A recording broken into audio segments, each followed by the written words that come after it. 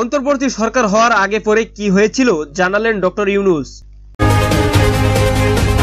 5 August ছাত্র জনতার তীব্র আন্দোলনের মুখে ক্ষমতাচ্যুত হন শেখ হাসিনা।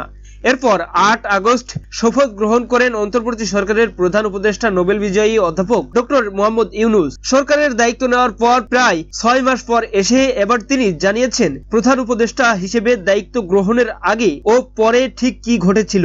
সম্প্রতি বিশ্ব অর্থনৈতিক ফোরামের বার্ষিক সম্মেলন উপলক্ষে সুইজারল্যান্ডের দাভোস সফর করেন প্রধান উপদেষ্টা। সে সময় ব্রিটিশ সংবাদ মাধ্যম ফিনান্সিয়াল টাইমসের বৈদেশিক বিষয়ক প্রধান ভাষ্যকার গিডেন রাখমানের উপস্থাপনায় একটি পডকাস্টে কথা বলেন তিনি।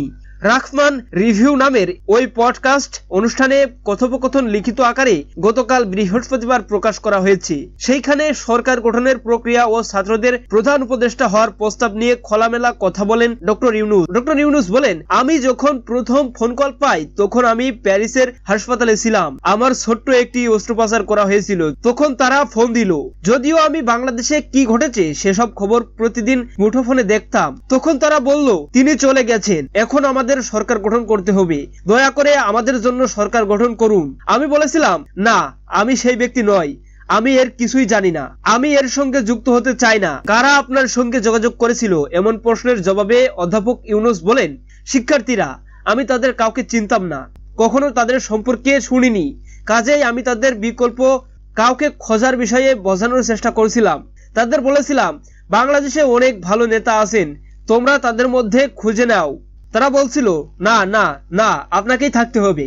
আমরা কাউকে পাইনি। আমি বলেছিলাম জোরালো চেষ্টা করো। তারা বলল আমাদের হাতে পর্যাপ্ত সময় নেই।